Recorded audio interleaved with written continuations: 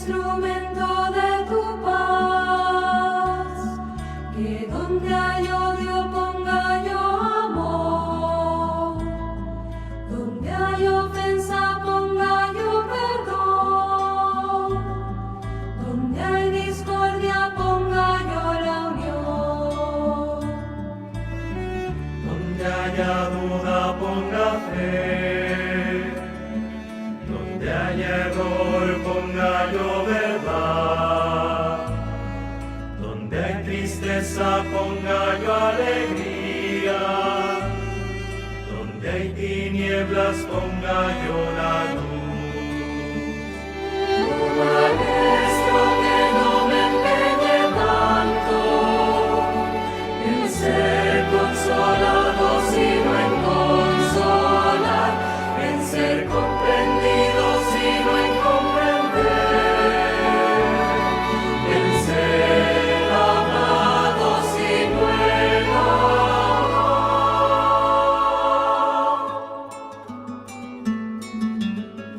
Hazme instrumento de tu paz, porque dando siempre se recibe, perdonando se alcanza el perdón, muriendo se va la vida eterna. Oh Maestro, que no me empeñe tanto en ser consolado, sino en consolar, en ser comprendido, sino en comprender, En ser amado, sino en amar.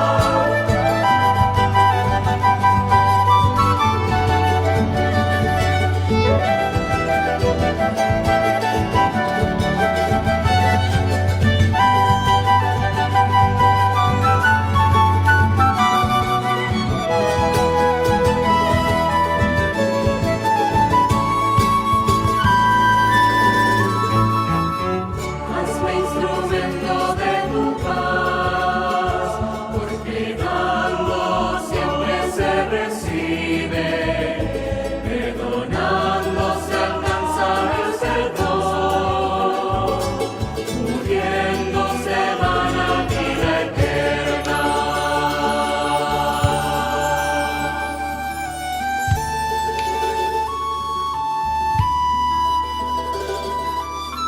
Hazme instrumento de tu paz, Hazme instrumento de tu hazme instrumento de tu paz, Hazme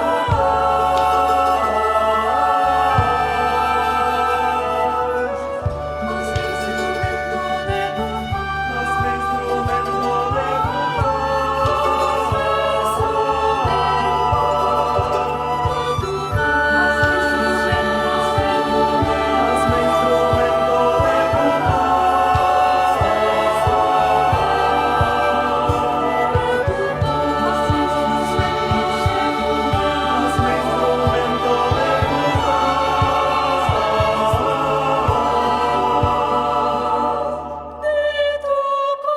Hazme instrumento de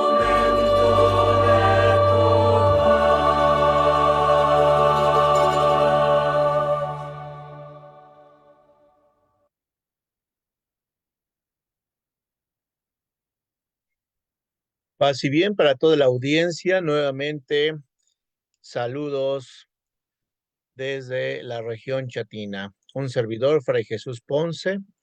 Me da gusto recibir al doctor Paniel Cárdenas con su tema La visión de San Buenaventura sobre la creación y la relación entre la humanidad y el medio ambiente, en el marco conmemorativo de los 800 años del Cántico de las Criaturas y también de un aniversario más de San Buenaventura, que lo tenemos en nuestra liturgia el 15 de julio. Así pues, entonces agradecemos la colaboración del doctor Paniel.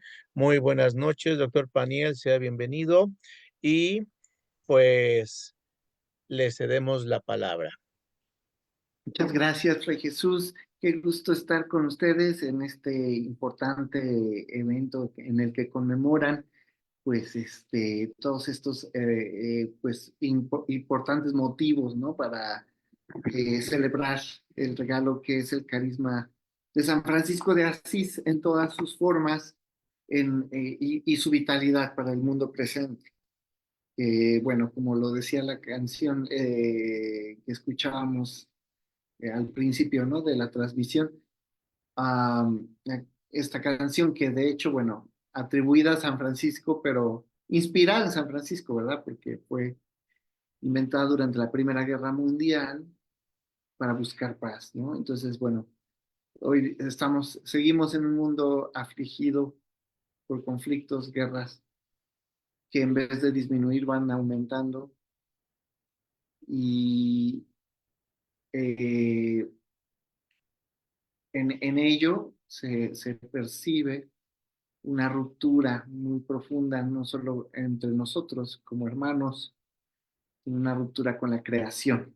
Entonces, bueno, pues por esa misma razón, la vitalidad del pensamiento franciscano, filosófico y teológico, sigue siendo muy viva para nosotros, especialmente porque pues, nos permite reconstituir la importancia de hermanarnos con el universo. Entonces, bueno, pues en ese sentido, la presentación que yo les tengo hoy es un poco general sobre el pensamiento de San Buenaventura.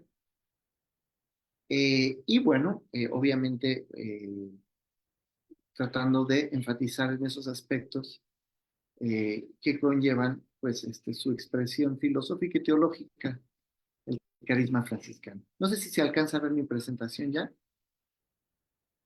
Sí. Sí, perfecto. Entonces, bueno, pues ya Sí. que está ahí, muchas gracias por la invitación, Fray Jesús. ¿Cuánto tiempo disponemos para esta presentación? Pues estimamos 50 minutos. 50 minutos. Bueno, voy a tratar de ceñirme a unos 40 minutos para que también haya un espacio si es necesario cierto diálogo, preguntas, Sí. o incluso antes, ¿no? Para que por si hay preguntas del público o de ustedes participantes. Muy bien. Bueno, pues como se ve aquí en la presentación, vamos a hablar de San Buenaventura de Bañorello, eh, que bueno, pues fue un importantísimo gozne, una bisagra, por decirlo así, eh, eh, que permitió que el carisma franciscano se encarnara más profundamente en la Europa medieval y adquiriera cierta fuerza institucional. Un segundito, tengo una interrupción aquí. No voy a tratar nada.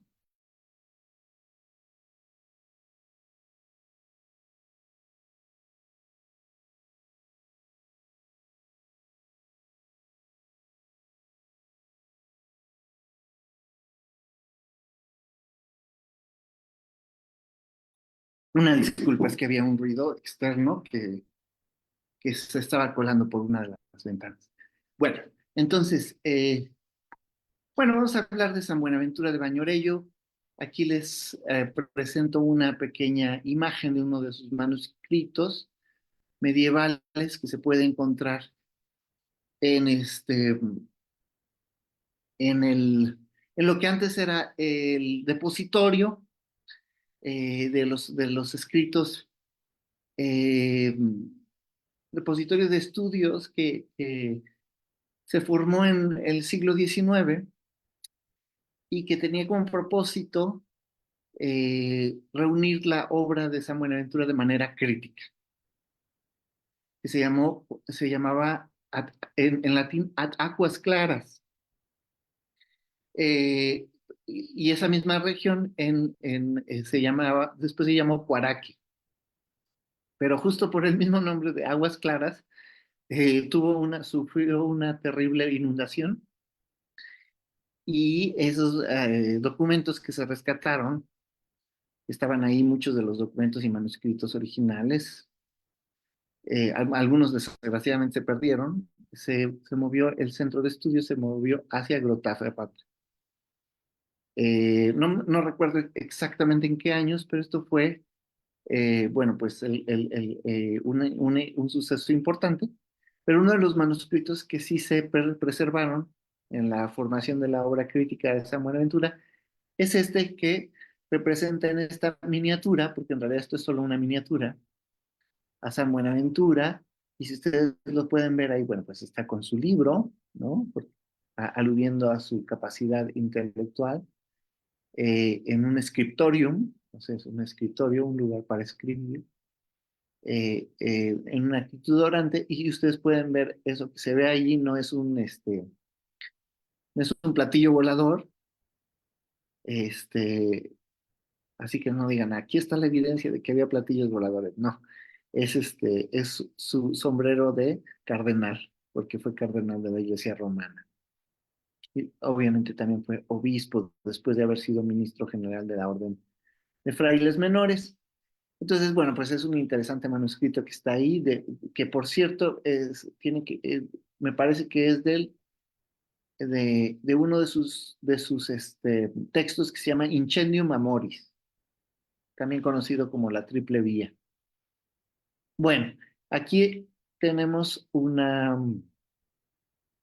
fotito que desgraciadamente no se aprecia muy bien, pero es la, la foto del Giotto, bueno, una foto de un fresco originalmente del Giotto que me parece que se encuentra en el eremitorio del Monte Subasio, donde San Francisco recibió las llagas, ¿no? Y bueno, pues este acontecimiento impactó tanto la mentalidad y el pensamiento de San Buenaventura que él pues escribió, entre muchas otras cosas, muchos de sus reflexiones teológicas y filosóficas las encarnaba en la figura de San Francisco. Uno de estos ejemplos, que vamos a ver más adelante, es uno de sus textos que se llama Las 6 alas del Serafín, ¿no? Que está haciendo alusión a la experiencia mística que tuvo San Francisco con la impresión de las llagas, ¿no? Entonces, bueno, pues esto que nosotros vemos en la imagen es el serafín, Jesucristo en forma de serafín, apareciéndosele a San Francisco de Asís e imprimiéndole las llagas, ¿no? Y por esta misma fascinación y reflexión que tuvo San Buenaventura sobre San Francisco de Asís, en muchos sentidos, pero particularmente en este aspecto de su experiencia mística en la recepción de las llagas, bueno, pues por esta razón a San Buenaventura se le ha llamado el doctor Serafín. Bueno, vamos a seguir adelante. ¿Sí se aprecian las letras, perdón? Sí, sí, sí, sí se ve claro. Gracias. Ahí me dicen si algo no se ve, por favor. Entonces, bueno, pues vida y tiempo. Brevemente, Buenaventura de Bagnoregio nació siendo, con su nombre de pila fue Giovanni da Fidanza, Juan de Fidanza en castellano, y nació en 1217, cuando todavía pues vivía San Francisco, ¿no? Entonces fue curado milagrosamente por San Francisco, atribuido a su madre que estaba embarazada, y se puso una cuerda de San Francisco en el vientre, y lo que parecía iba a ser una pérdida de un aborto espontáneo, pues fue salvado por esta intercesión y esta oración, y lo consideró el primer milagro de San Francisco en la vida de San Buenaventura. Y después, un poco después, otro milagro de San Francisco, reportado, por cierto, en un texto de San Buenaventura que se llama el Tratado de los Milagros de San Francisco, reporta que cuando él era pequeño, niño, este, también tenía una enfermedad muy, muy delicada, muy grave, y San Francisco estaba pasando por la villa de Bañorello, y entonces la madre de San Buenaventura hizo que se tocaran la cuerda de San Francisco al niño, y el niño volvió a sanar. Entonces, bueno, pues doblemente milagroso la presencia de San Francisco en la vida de San Buenaventura, pues esto generó una fascinación, una relación espiritual, digamos, de admiración y de protección, ¿no? Que Buenaventura sintió por toda su vida. Y él entra en la Universidad de París en 1235 siendo un estudiante laico, digamos, Pero en esa época él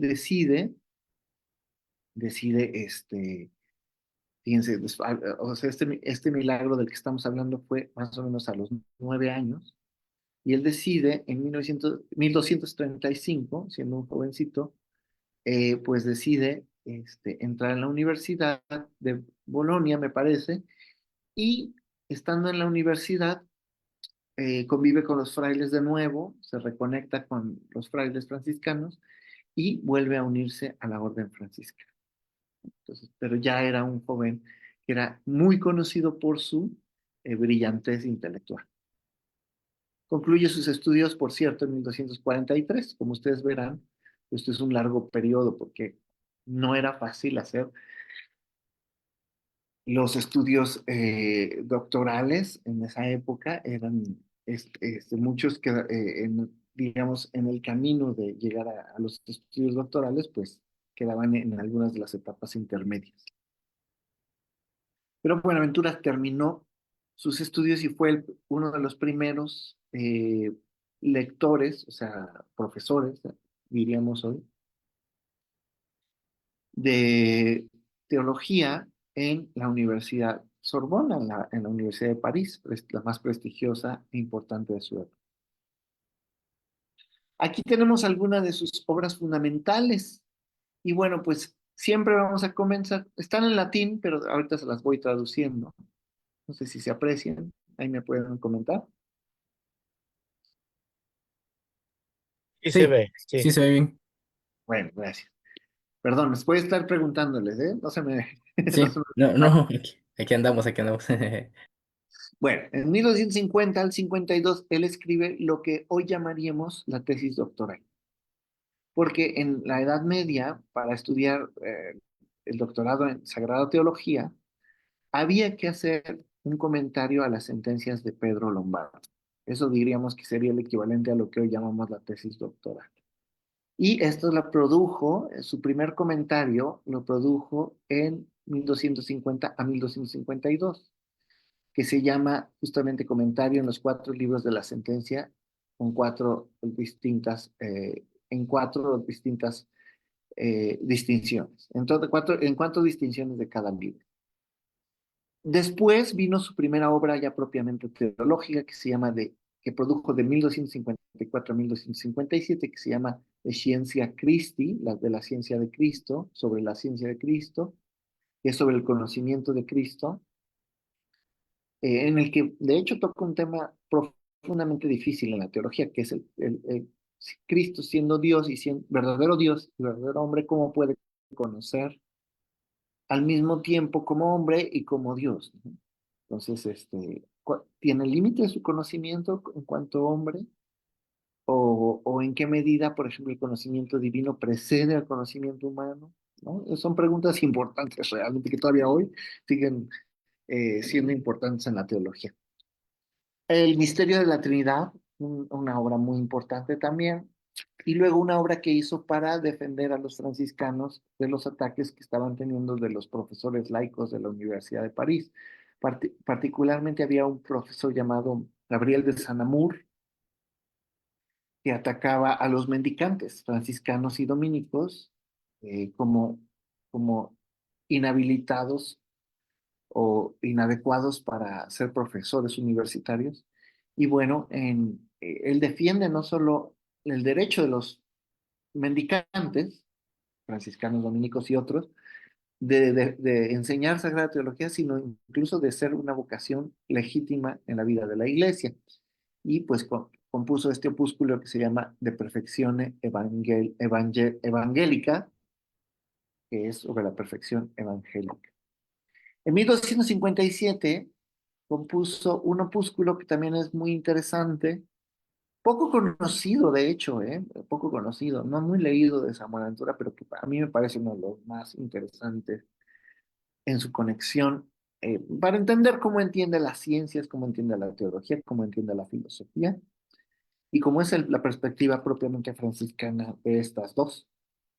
Y se llama Opusculum de Reductione Artium a Theologiam que eso se traduce al español, esto es latino obviamente, se traduce opúsculo de sobre la reducción de las artes a la teología. Y con las artes se refiere a las artes liberales, que se estudiaban en trivium y quadrivium, pero que agrupadas se entendían como filosofía. Entonces, en cierto modo es un opúsculo que estudia la conversión del pensamiento filosófico en pensamiento teológico. Otra obra muy interesante y famosa, ya más famosa que la anterior de 1257 de San Buenaventura es Breviloquio. Luego viene en 1259 el Soliloquio de 4 ejercicios mentales. También este ya es un poquito más del área espiritual mística. Luego viene Lignum Vitae, que es una reflexión sobre el sufrimiento, sobre la cruz. Y otra que podríamos decir que es su itinerario espiritual. Bueno, hay una obra que es la de 1259, que está bajo la triple vía, se llama Itinerarium Mentis in Deo. Esa es la más conocida. Yo cuando daba filosofía medieval en Puebla, ahora me encuentro en Estados Unidos, en una escuela de teología, pero no, ya no estoy enseñando filosofía medieval, pero cuando enseñaba filosofía medieval, pues ese opúsculo lo leían mis estudiantes, ¿no? De cajón, el itinerario de la mente hacia Dios, que es como muy conocido, ¿no? Uno podría decir que es como el San Buenaventura básico, ¿no? Pero, hay un opúsculo menos conocido, pero que podríamos decir que tiene una gran eh, complejidad y además que habla de la espiritualidad de San Buenaventura en un nivel más profundo todavía que el itinerario de la mente a Dios, o más sofisticado, más elaborado intelectualmente, que es la triple vía, ¿no? Por eso es tan importante este texto. A partir de 1259, San Buenaventura tiene que dejar la vida académica, deja de ser profesor y se dedica a ser ministro general de la Orden de Frailes Menores, y pues tiene que dedicarse más a la disciplina, a las visitas, al aspecto pastoral, digamos, de la vida de los frailes menores, y entonces pues se dedica mucho a resolver problemas que estaban sucediendo en la orden franciscana, y uno de los problemas en ese momento era cómo conciliar la vida evangélica minorítica con los estudios académicos, ¿no? Entonces, eh, por ello mismo, y para evitar, digamos, que se pusiera en boca de San Francisco ciertas palabras, él compuso su propia vida de San Francisco, ¿no? Que está en 1200, que fue escrito en 1260. Después, digamos, vienen obras que son un poquito más pastorales, reflexivas, digamos, espirituales, que son sus últimas obras, que son que se daban como si fueran conferencias, ¿no? Eh, eh, de 1266 a 1269, él va a dar cada cuaresma, me parece que es cada cuaresma, que él va a dar las colaciones. Colaciones eran como una especie de conferencias, ¿no?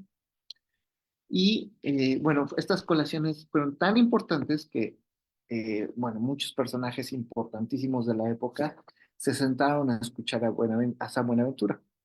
Y uno de ellos es Santo Tomás de Aquino, que se sentó a escuchar, por ejemplo, sus famosas colaciones de Septem Donis Spiritus Sancti. Bueno, las primeras, las de 1266, son las colaciones sobre los 10 mandamientos, que se llaman de Decem Preceptis. En 1267 eh, eh, dicta las colaciones de los 7 dones del Espíritu Santo. Y bueno, pues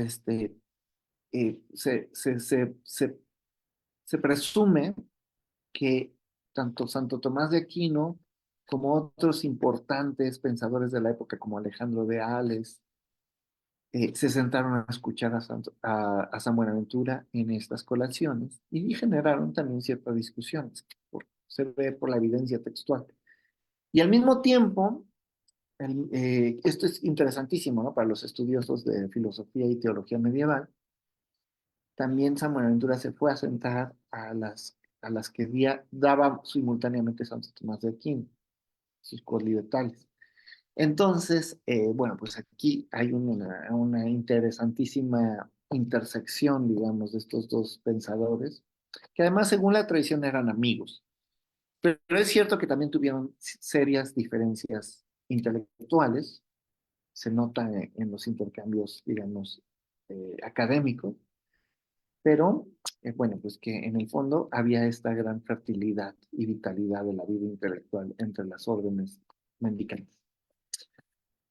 Lo que después fue desafortunadamente perdiéndose. Bueno, en 1269, por ejemplo, él escribió otra apología de la vida mendicante ante más problemas sobre la universidad y también una gran controversia sobre si se debía o no estudiar a Aristóteles, ¿no? Entonces, bueno, San Buenaventura, que no era fundamentalmente aristotélico, sino era considerado por sus coetáneos como un agustino, eh, bueno, él no estuvo tan intrínsecamente envuelto en la controversia aristotélica como lo estuvo Santo Tomás de Aquino. Pero después, sin embargo, San Buenaventura tiene las bases de este aristotelismo franciscano que después vamos a encontrar en personajes como Juan Duns Scott, ¿no? Que es explícitamente aristotélico, pero aristotélico franciscano. Bueno, eh, y finalmente una de las obras más bonitas y profundas de San Buenaventura, una de sus últimas obras fue Las Colaciones, o sea, sobre el Hexámeron. ¿Qué es el Hexámeron? Pues los 6 días de la creación, ¿no? Hexa, 6, hemera, en griego significa días, los 6 días de la creación. Y ahí es donde encontramos mucho de lo que queremos hoy mencionar a propósito de su mensaje sobre la relación entre el ser humano, la creación y Dios. Bueno, entonces, es verdad, antes de proseguir, es importante explicar que San Buenaventura se concebía a sí mismo, sobre todo como un teólogo, no como un filósofo. Entonces, cuando hablamos de sus ideas filosóficas, hablamos de ideas filosóficas que están en función del estudio teológico. Por eso es importante decir que Buenaventura escribió todos sus textos sobre teología, ¿no? Eso es una importante observación. Otra, sin embargo, en cuanto a teólogo agustiniano, representa una síntesis completa de filosofía y teología. O sea, él cree en el valor profundo de la filosofía y de la teología, y en momentos parece, cuando él habla explícitamente de su filosofía y de sus argumentos, por ejemplo, sobre la realidad de Dios, entre otras cosas, él pareciera explícitamente decir que sigue más la autoridad de San Agustín que la de Aristóteles, porque además Aristóteles estaba siendo redescubierto y bueno, pues esto era importante como que para garantizar la ortodoxia de su pensamiento, por decirlo así. Sin embargo, cuando ya uno, y esto lo digo yo como después de haber estudiado a Buenaventura por varios años, sí sabemos que conoció a Aristóteles ampliamente, ¿no? En su uso de categorías, por ejemplo, utiliza claramente las categorías de Aristóteles, utiliza las ideas de Aristóteles sobre los trascendentales, las causas, los predicables, conceptos como potencia y acto, posibilidad y necesidad, son todos en ellos su tratamiento es obviamente más aristotélico que agustiniano o platónico, ¿no? Entonces, bueno, pues en ese sentido es un autor más aristotélico o proto-aristotélico. Pero siempre conserva una postura filosófica agustiniana en sus principios, aunque no en sus conclusiones, en las cuales es mucho más fiel al franciscanismo. ¿Y esto qué quiere decir? Bueno, pues por ejemplo, cuando el agustinianismo, la filosofía de San Agustín, se fija demasiado en la dicotomía entre gracia y, por ejemplo, ¿no? Esto es una dicotomía clásica de la filosofía agustiniana, ¿no? Si la lucha contra el pelagianismo, es decir, que la voluntad es capaz de hacer el bien o no, y hasta dónde la mancha original nos afecta a esa voluntad. Bueno, un extremo de, no San Agustín, pero sí un extremo de la escuela agustiniana que se expresa sobre todo en Lutero, ¿no?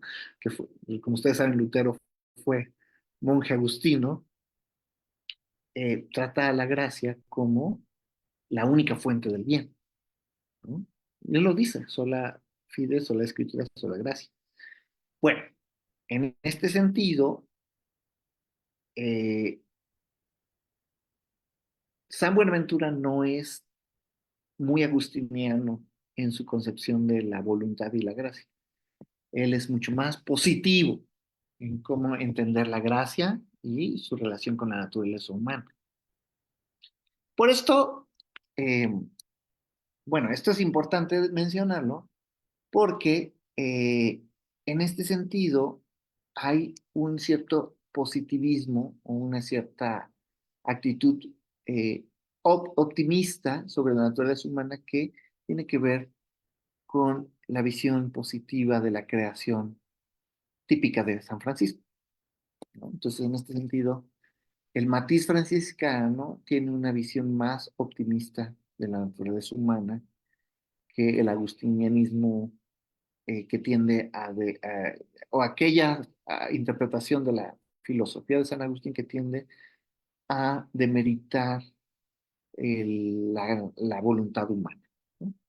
Y bueno, esto obviamente se va a enfatizar. San Buenaventura fue un optimista, digamos, con respecto a la voluntad humana, porque sabe que Dios hizo a la creación, incluyendo al ser humano, bueno, y claro, creen en la caída, en la afectación que hace el pecado en nosotros, pero no como una caída irrecuperable y que anula todo bien, ¿no? Como lo opinan, por ejemplo, pues, el luteranismo o el calvinismo tradicionales, que son una especie de extremo de la interpretación de San Agustín. Obviamente no en la época de San Buenaventura. Pero bueno, esto es importante decirlo porque contemporáneos de San Buenaventura como el pensador Enrique de Gante eran más agustinianos y más negativos con respecto a la voluntad humana que San Buenaventura y la escuela franciscana posterior, que además se conocía a sí misma como voluntarista.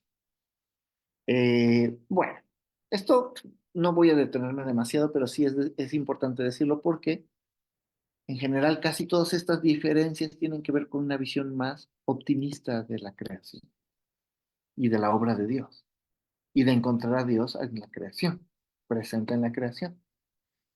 Miren, vamos a hablar un poquito, voy a tratar de apurarme un poco porque voy un poco despacio, pero ya deberíamos estar en la mitad de la presentación y apenas voy al principio, pero déjenme comentarles algo rápido. Buenaventura piensa que, ¿se acuerdan que habíamos hablado de um, reducción de las artes a la teología? Bueno, pues es parte de su metodología, digamos, holista, es decir, que considera a todo el conocimiento humano como intrínsecamente conectado. Entonces, cuando estudia de manera aristotélica a la ciencia, a la teología como una ciencia, ayuda a clarificar cómo entiende él la relación entre filosofía, fe y teología. Ahora, también es importante decir que no es lo mismo, para San Buenaventura, no es lo mismo fe que teología. Fe es el contenido de nuestra creencia, es decir, lo que le creemos a Dios. Y teología es cómo reflexionamos sobre eso que creemos. Entonces, cuando él dice cuando habla de un escrito teológico, por ejemplo, supongamos el escrito que él comentó, las sentencias de Pedro Lombardo. ¿Cuál es la causa eficiente de un escrito teológico? Y si ustedes se fijan, está usando aquí la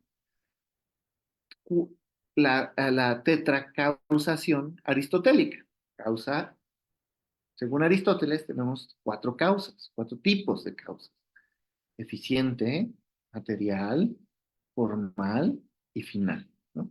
Dos de ellas son intrínsecas, es decir, están en las cosas, y dos de ellas son o su origen o su fin, ¿no? Entonces, bueno, la eficiente y la final son extrínsecas y la materia y la forma son intrínsecas. Entonces, cuando San Buenaventura se pregunta sobre la teología, ¿qué quiere decirnos? Pues que un escrito teológico tiene una causa eficiente. ¿Quién lo escribe? Pues el escritor. Pero, por ejemplo, una cosa es la teología, pero otra cosa es la fe. Entonces, ¿quién es la causa eficiente de la fe? ¿Quién nos da la fe? Pues Dios. Fíjense, aquí esto es muy interesante, porque, a ver, nosotros tradicionalmente concebimos la fe como un acto de abandono a lo que Dios nos revela, ¿no? A la revelación de Dios, ¿o no? Entonces, eh, la causa eficiente de la fe, pues parecería que somos nosotros, ¿no? Porque somos nosotros los que le creemos a Dios. Pero lo que nos dice San Buenaventura no es eso. Nos dice que la causa eficiente de la fe es Dios mismo. En otras palabras, que para creerle a Dios y creer en Dios, necesitamos la inspiración divina.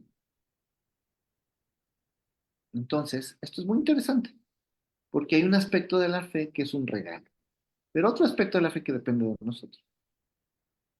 Entonces, ¿cuál es la causa eficiente, por ejemplo, de la filosofía? Pues la mente humana. ¿Y la causa final de la teología? Pues la contemplación y la búsqueda del bien. ¿Es lo mismo que la causa final de la fe? No, porque la causa final de la fe es el amor divino. ¿Y cuál es la causa final de la filosofía? El conocimiento. Bueno, ¿y cómo se relacionan todas estas? En la fe, dice San Buenaventura. ¿Por qué? Porque para, para poder reflexionar sobre lo que Dios nos dice, necesitamos que Dios nos lo muestre. Entonces necesitamos esa inspiración divina de la fe primero. Entonces esa es su causa eficiente. Pero una vez que Dios nos regala ese don, a nosotros nos toca aceptarlo con nuestra mente, porque Dios nos la ha dado como un instrumento de ejercer las actividades del alma, ¿no? Por esta misma razón, no se puede tener fe sin aceptar conscientemente e intelectualmente la palabra de Dios o la revelación de Dios. Y para llevarla a su fruto necesitamos hacer teología, es decir, contemplar y buscar el bien en eso que estamos conociendo que viene de Dios, para finalmente llegar a la causa final de la fe, que es el amor divino. Ustedes se dan cuenta, lo que nos está mostrando es una especie de integración de todo en la fe. Bueno, es un ejemplo de cómo piensa San Buenaventura, ¿no? Para que ustedes vayan dándose una idea. Perdón, voy a quitar esto. Bueno, la causa formal de una ciencia, por ejemplo, es un método y sus procedimientos. La causa formal de la teología es la argumentación, el fortalecimiento de la fe y el deleite en la fe completa. La causa material de la teología es, pues, los temas teológicos.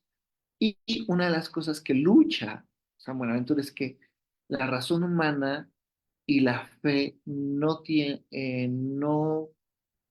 en las mismas verdades. Esta es una especie de tesis que se creía que había dicho Averroes, un pensador islámico muy importante, intérprete de Aristóteles, tan importante que los escritos de los teólogos medievales le llaman no Averroes, sino le dicen el comentador, porque era como el comentador por excelencia de Aristóteles. Y a Aristóteles le dicen el filósofo, porque era por excelencia el filósofo, ¿no? Pero entonces, no, esta doctrina de la doble verdad, decías, no viene de Averroes, viene de intérpretes de Averroes, particularmente sus intérpretes latinos, que eran dos, que se llamaron Siger de Brabante y Boecio de Dacia. Y estos dos pensadores propusieron la idea de que la fe y la razón tienen objetos de verdad distintos. Entonces, lo que es verdad en la fe no necesariamente es verdad en la razón, y lo que es verdad en la razón no necesariamente es verdad en la fe. Y Samuel Ventura es un gran crítico de esta postura. Él está completamente en desacuerdo con esa postura porque piensa que si algo es verdad, tiene que serlo en ambos reinos. Dios no nos puede inspirar a creer en algo que sea aberrante a la razón. Y en este sentido, pues está en completa sintonía con Santo Tomás de Aquino. Y bueno, usando metáforas de ambos en el siglo XX, no, no es cierto, en el siglo, sí, XX. Bueno, cuando el Papa Juan Pablo II escribió Fides et Ratio, él se inspiró tanto en las metáforas en una metáfora de Santo Tomás de Aquino y en otra de San Buenaventura, y creó una metáfora muy bonita, y su documento de Fides et Ratio justamente comienza con esa frase. La fe y la razón son como dos alas que elevan al ser humano al conocimiento de lo divino, ¿no? Pero pues, es esta idea de que ellas actúan en colaboración. La tradición ortodoxa a la que yo pertenezco, a ese aspecto en el que colabora la fe y la razón, le llamamos sinergia, ¿no? O sea, es decir, el actuar la fe al mismo tiempo con la razón, ¿no? No es que en un momento sea un creyente y en otro momento soy un pensador. No, pienso como creyente y creo como pensador, ¿no? Es decir, en ese sentido, pues está en perfecta sintonía con lo que nos dice San Buenaventura, ¿no? Él no es... Donde va a entrar el problema es en la edad moderna, que ven ellos como incompatible la fe con la razón. Y entonces o se vuelven fideístas o se vuelven racionalistas. Ahora, viene, y aquí vamos a finalizar con esta última diapositiva. ¿Por qué? Porque justo tiene que ver con el tema que nos ocupa hoy, que es cómo entender la relación entre la creación, el ser humano, la creación y Dios. Entonces, bueno, San Buenaventura nos va a presentar una teoría de la presencia de Dios en la creación a través de niveles de significación con las que Dios ha escogido participar la creación. A ver, esto no sé si se entendió a la primera afirmación, así que lo voy a reformular para que se entienda mejor. Vamos a ir paso a paso. Primero que nada, es importante decir que la idea de que el significado se puede estudiar sistemáticamente y científicamente, rigurosamente, se llama semiótica. ¿Ok? Entonces, es decir, una semiótica es una teoría rigurosa de los signos, ¿no? Entonces, la semiótica contemporánea estudia esa teoría de manera lógica. Bueno, la semiótica de San Buenaventura también estudia la presencia de Dios en la creación, pero teniendo en cuenta lo que ya San Agustín puso muy claro, que la creación es un signo de Dios, pero un signo que no es aquello que significa. Por ejemplo, vamos a poner un ejemplo muy sencillo. Cuando nosotros vemos en la carretera un signo que dice que va a haber una bifurcación del camino a 200 metros, el signo tiene que estar antes de para que el signo signifique lo que necesita significar, que es esa bifurcación que viene después, pues necesita anunciarse antes. ¿Me explico? Sí, sí, sí. ¿Sí? Sí, O sí, sea, por va ejemplo, bien. si yo encontrara ese signo en el momento en que la carretera se bifurca, pues ya no tiene sentido poner el signo ahí, porque ya estoy viendo yo la división. Pero, o por ejemplo, un signo de curvas peligrosas, precaución, curvas peligrosas. Si lo pusieran ya en las curvas peligrosas, pues no tendría sentido. Tiene sentido ponerlo antes para prepararse, ¿no? ¿Se Sí, entiende esto? sí, O sí, sea, va bien. Sí.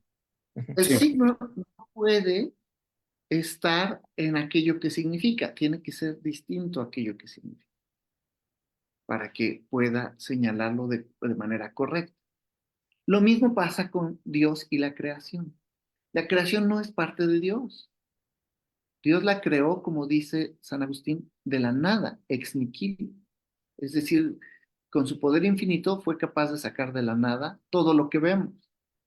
Pero en eso que creó, dejó distintos vestigios, huellas, signos de su presencia, porque todos los seres dependen de Dios en último término, ¿no? Entonces, en este sentido, Él nos da una clasificación de distintas maneras en las que Dios dejó su presencia en el universo. Primero, como criaturas. Las criaturas como sombras, es decir, así como un objeto proyecta una sombra, así la presencia de Dios proyecta ciertos elementos en el mundo, ¿no? Y pues el tipo más sencillo, digamos, de signo de la presencia de Dios en la clasificación de San Buenaventura son las sombras, que en latín se dice umbra. El que le sigue se llama vestigio, que es, por ejemplo, la creación positiva, la materia. Y luego vienen las imágenes, que son como más señales, signos más apropiados de Dios. Y finalmente, los signos más profundos, que son los que da la gracia, son las similitudes o semejanzas. Entonces, en este sentido, vamos a leer una pequeña parte de las sentencias el comentario a las sentencias de Pedro Lombardo, que dice así. Cito, una criatura se llama una sombra basada en sus propiedades que apuntan a Dios en un tipo de causalidad de manera indeterminada. Pero una criatura es llamada un vestigio basada en las propiedades que apuntan a Dios como triple causa, eficiente, formal y final. Por ejemplo, las propiedades de ser uno, verdadero y bueno. Bueno, ahí les pongo un ejemplo de esta semiótica, es decir, esta ciencia de los signos de San Buenaventura, ¿no?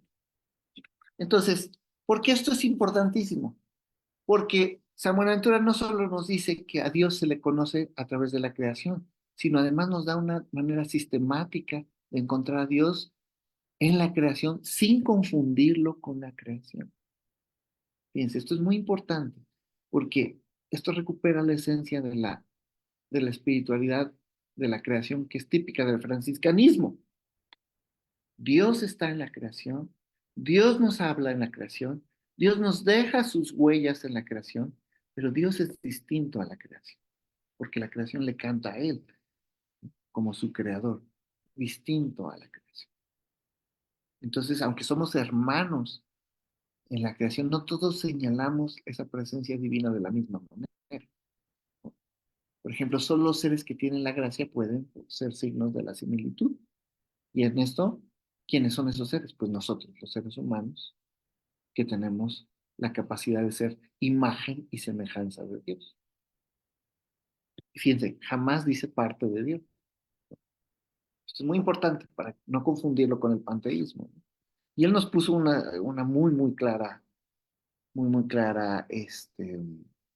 teoría, ¿no? Como entender esto. En fin, vamos entonces a concluir esta sesión, esta plática, mostrando un poquito entre cómo concibe entonces esa estructura del universo, San Buenaventura, iluminada por la fe, pero también que conlleva esta espiritualidad franciscana de la presencia de Dios en la creación. Bueno, pues para Buenaventura el mundo no puede ser eterno, pues el hecho de que sea creado garantiza la providencia. Dios crea la materia desde un estado incoado hasta un estado pleno. La materia celestial y la terrestre son esencialmente la misma, en esto se opone Aristóteles, y la luz, que para él es uno de los signos más claros de la presencia de Dios en la creación, es una forma sustancia. Bueno, vamos a detenernos aquí, porque creo que es suficiente como para dejar en claro pues esta riqueza que está en el pensamiento de San Buenaventura. Y bueno, obviamente pues está la invitación a profundizar en sus escritos y continuar con más aspectos de su pensamiento en otras ocasiones. Así que muchas gracias por su atención. Muchas gracias, doctor Paniel, por este aporte tan significativo.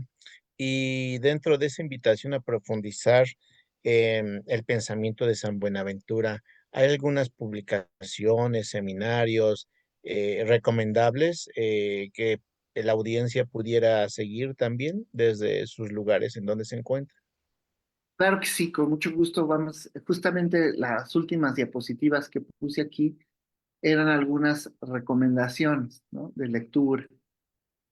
Bueno, primero que nada, pues las más, digamos, científicas, es decir, las para los estudiosos, pues son las obras críticas que están aquí, ¿no? Pero obviamente esas, pues son para estudiosos que están buscando detalles de las traducciones, etcétera, etcétera. Pero en castellano hay excelentes materiales, ¿no? En castellano, bueno, curiosamente aquí puse unos en inglés, disculpen por eso.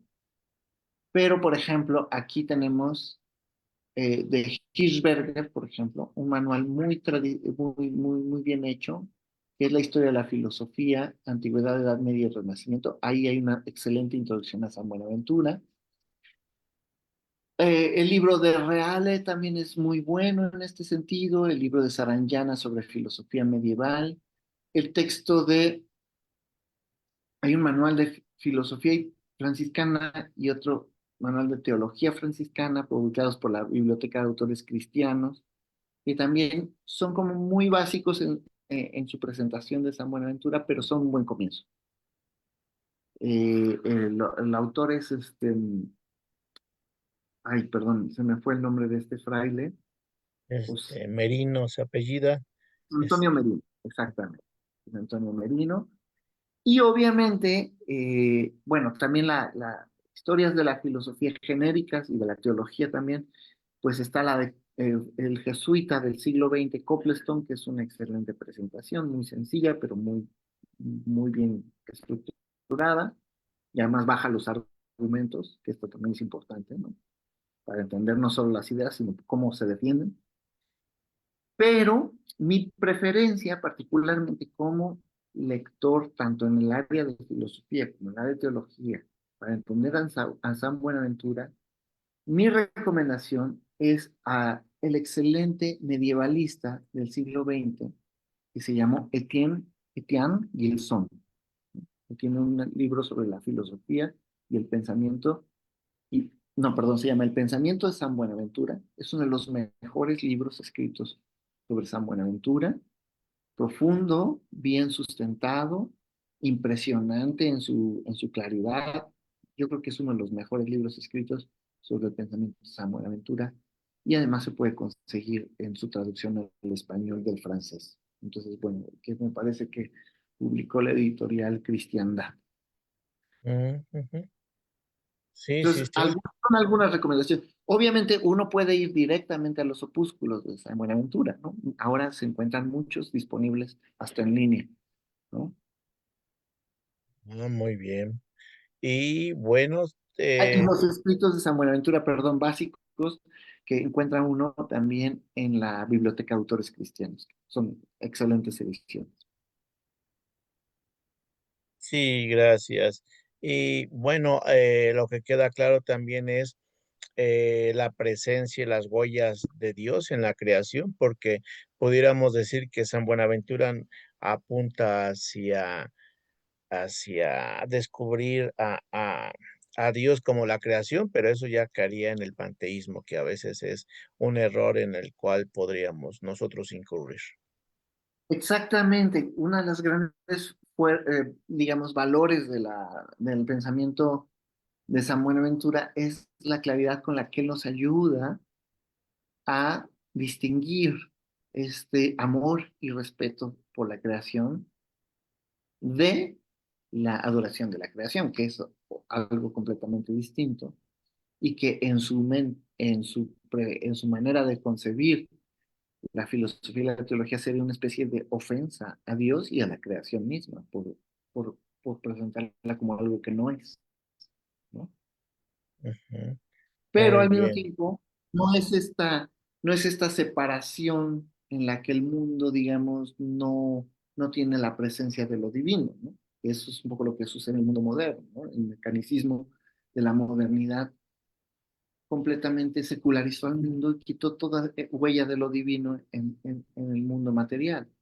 Y entonces creó una especie de separación de Dios con la naturaleza que acabó mecanizando e instrumentalizando al mundo. Mm, muy Entonces, bien. hoy por hoy, pues, necesitamos una síntesis como la de San Buenaventura, ¿no? Para reconciliarnos con la creación sin adorarla, ¿no?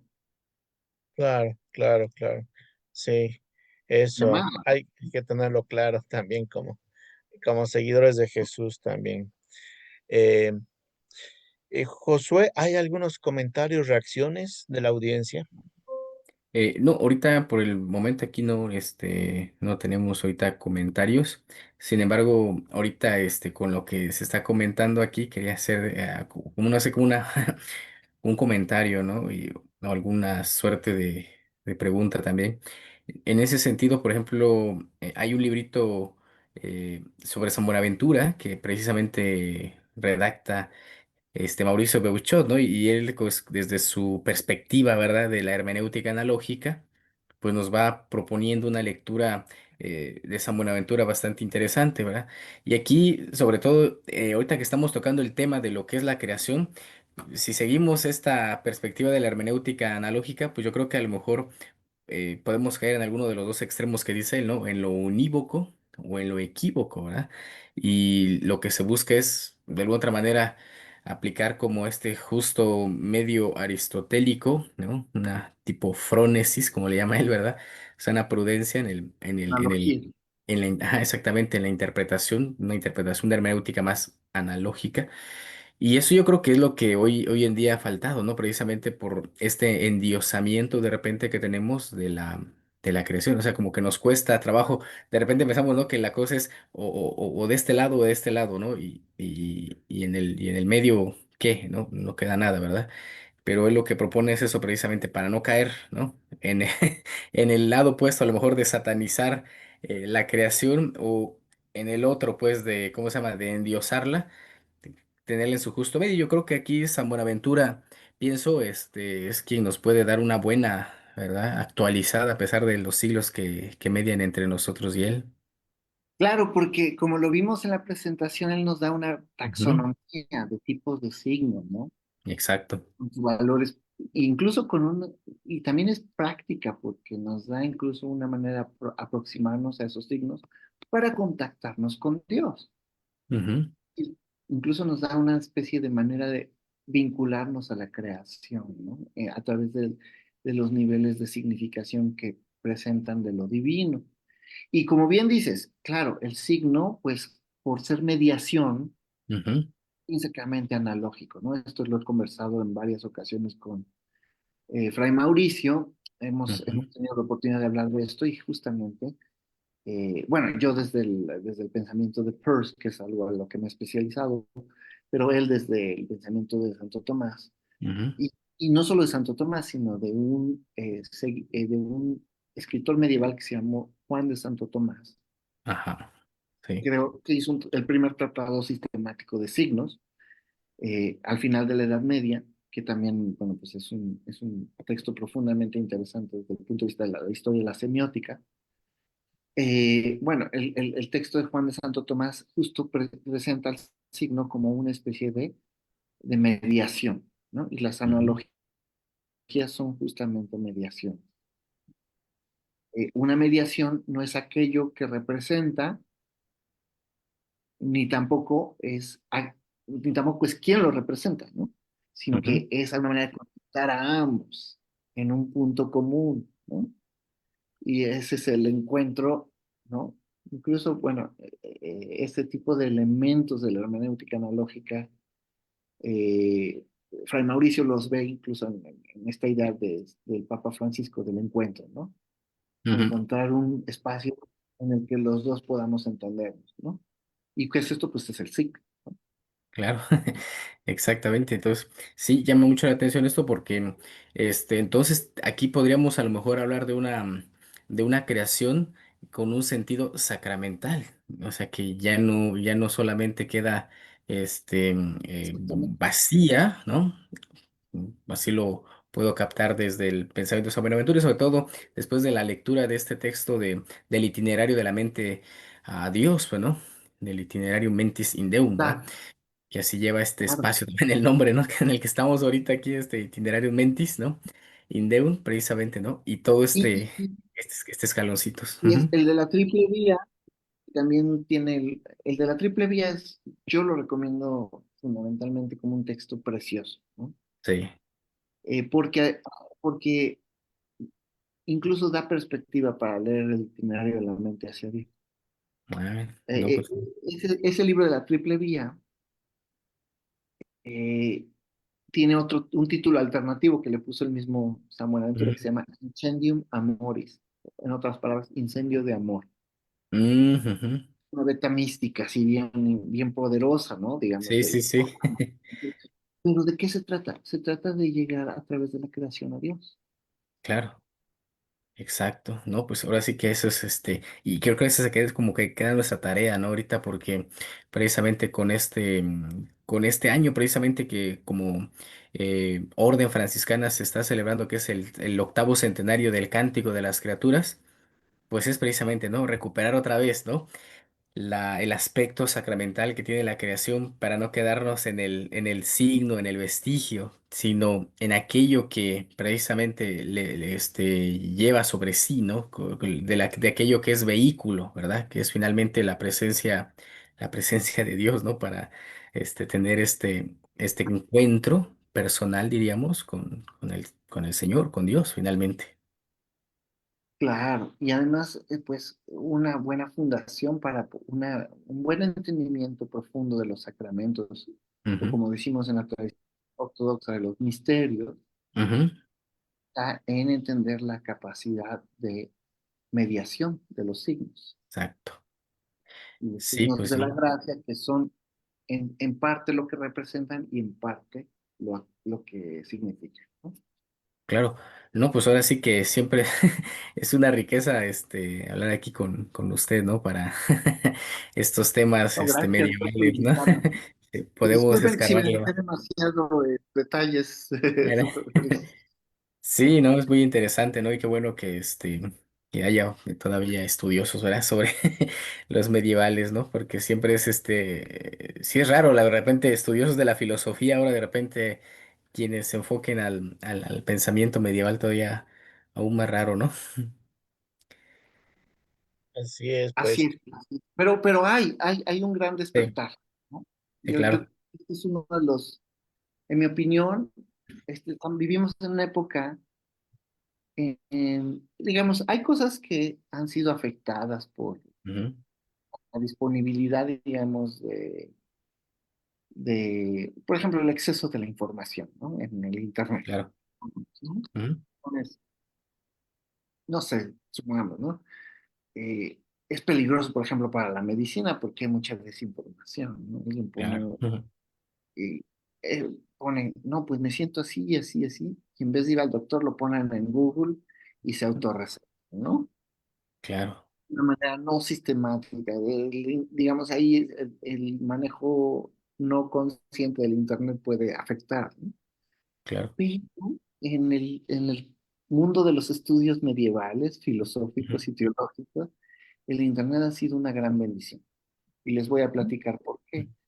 Porque miles y miles de manuscritos que antes había que viajar y conseguir dinero para ir a poderlos ver por unos minutos a bibliotecas donde tenías que entrar con WhatsApp, pues están disponibles digitalmente, ¿no?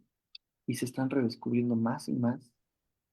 Y bueno, pues ha despertado una fuerza increíble en las publicaciones sobre estudios medievales eh, que no había habido en muchos siglos, ¿no? Entonces, bueno, pues yo creo que este es un tiempo de renacimiento de los estudios medievales. Ahora sí dijeran un kairos para estos estudios. Exactamente, ¿no? Ha sido una bendición el poder contar con con una capacidad de alcance que no se tenía, ¿no? Pues me requería antes financiera Claro. y bueno, pues yo, por ejemplo, estamos por publicar el año entrante con una serie de estudios medievales en castellano, por cierto, Ah, mira. Ujú. viendo una traducción mía de Enrique de Gante y algunos otros documentos, este, que no estaban en español, y estudios que hicieron alumnos míos, etcétera, etcétera, ellos mismos alcanzando, encontrando manuscritos que fueron descubiertos hace 3, 4 años, ¿no? Ya reflexionó sobre ellos, lo cual es muy bello, ¿no? Sí, De la vitalidad de este campo. claro, no, pues sí. Fray, pues no sé, Qué algún bueno, qué extra, bueno. algún algo, porque aquí nos podemos quedar toda la noche, dijeran, ¿verdad? Perdón. Claro que sí, y esperemos que también este espacio propicie ese despertar, ¿verdad? Para estos lugares y que México también vaya pues valorando este gran aporte a la humanidad. Pues seguimos en esa dinámica, ¿verdad? De la divulgación del pensamiento franciscano y agradecemos nuevamente la participación del doctor Paniel y pues aquí lo comprometemos a seguir en sintonía y para un próximo aporte. Muchísimas gracias, es un gusto volverlos a ver y bueno, pues aquí estamos para lo que necesiten, en lo que les podamos apoyar. Gracias, Muchas gracias, doctor. gracias a la audiencia por su atención. Agradecemos a Josué Ruiz el apoyo técnico y bueno, que nos encomendamos también a sus oraciones para que este espacio continúe divulgando el aporte del pensamiento franciscano. Pues a todos paz y bien y finalizamos la transmisión. Paz y bien. Buenas noches.